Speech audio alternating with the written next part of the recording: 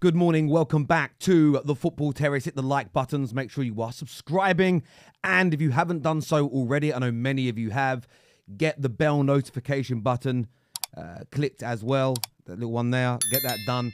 You can also join our group chat. All the links are in our description below, where we share all the links to our shows so you don't miss any of our uploads. And you ever heard the expression, it doesn't rain, it pours? Well, that's how I feel as a Manchester United fan right now. There is still uncertainty over who will be leading us out in our next game, over how much longer Ten Hag will last at this football club. But to add insult upon injury, upon problems, is another crisis at the football club. Not only have we got a dysfunctional team on the football pitch that lacks cohesion and chemistry, we are now hit with what seems to be another injury crisis, some of which you can't lay at the hands of the football club per se. Maswari, there's been a pre-existing heart condition. There's been a development in that. So it was checked in the medical, okay in the medical, but something has developed in the last couple of months. Okay, wish him all the best. Obviously, no ill feeling towards the player. That is a medical condition as opposed to an injury.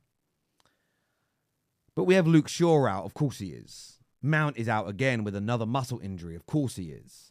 Malacia, we still don't know the truth and why he's been missing for a long time. And I hope there was nothing, again, medically wrong or an illness or anything along those lines. But he's been missing for the best part of, 18 months. Not seen him. Not seen an update. We now have Mainu, who's injured. Lisandro Martinez, who is injured. Harry Maguire, who is injured. We have one fit fullback at the club in the low. This is a concern, and I think some of it is the way the players are made to train by Ten Hag. We saw this at Chelsea last year. So much running that Poch made the players do led to so many muscle injuries. I think it's similar here.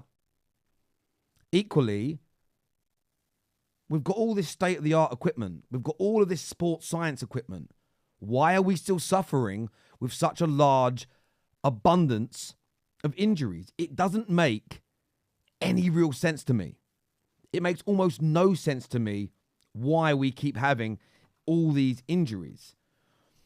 And if I'm being honest, I'm thinking about this now, and I'm thinking to myself, I understand what some people want to see. By the way, Lenny Yoro. I mean, Lenny Yoro's one is the one that really gets my goat, if I'm being honest with you, because he came in, they found the little problem in his foot in the medical. Of course, you sign him.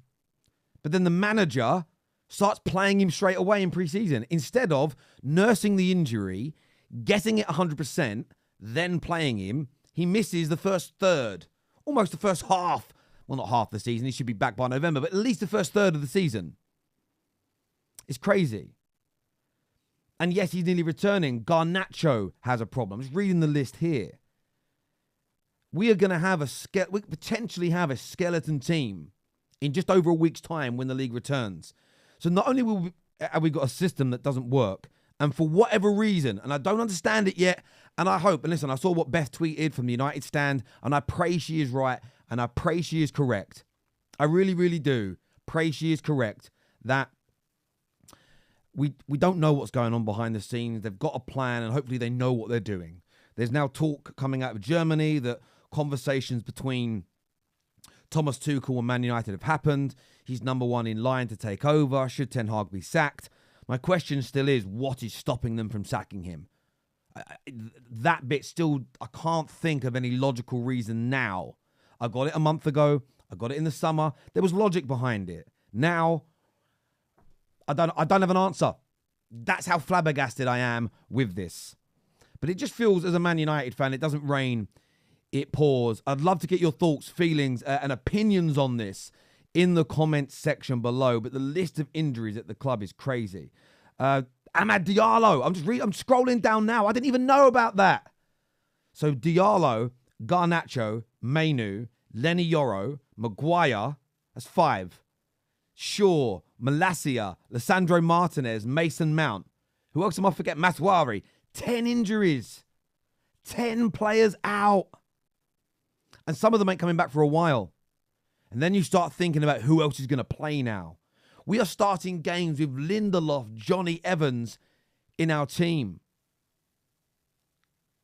Wow. Who's going to play in the attack?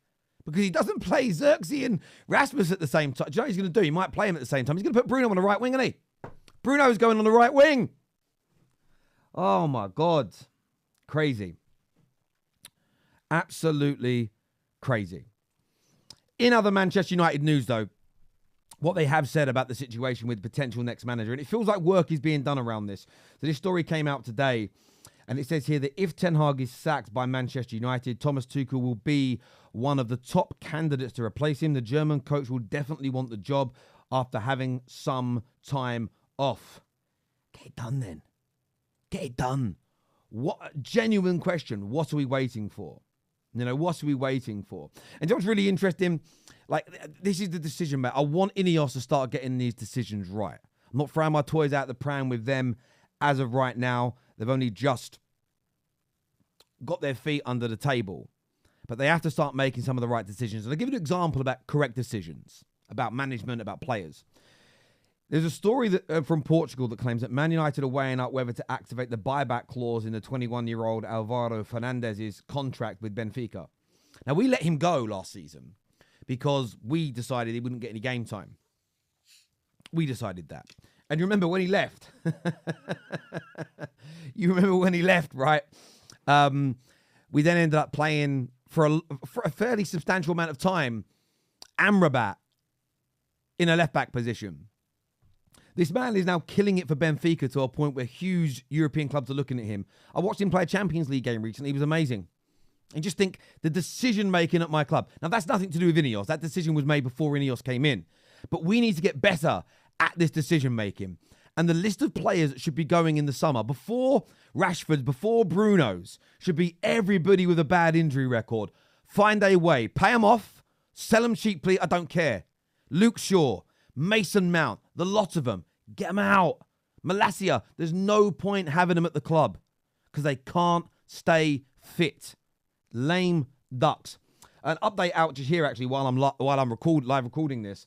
It says Man United's hierarchy held talks over the future of Ten Hag this week and ultimately decided not to sack him as they couldn't reach a consensus over the decision and couldn't agree on who should succeed the maligned head coach. Oh, that's painful if true. It's painful. They couldn't come to a consensus. So he's kept his job by default. According to this report, he's kept his job by default.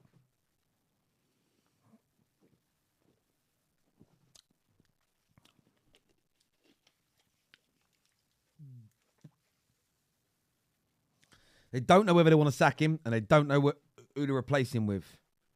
Come on. Come on. This is a joke. See you later.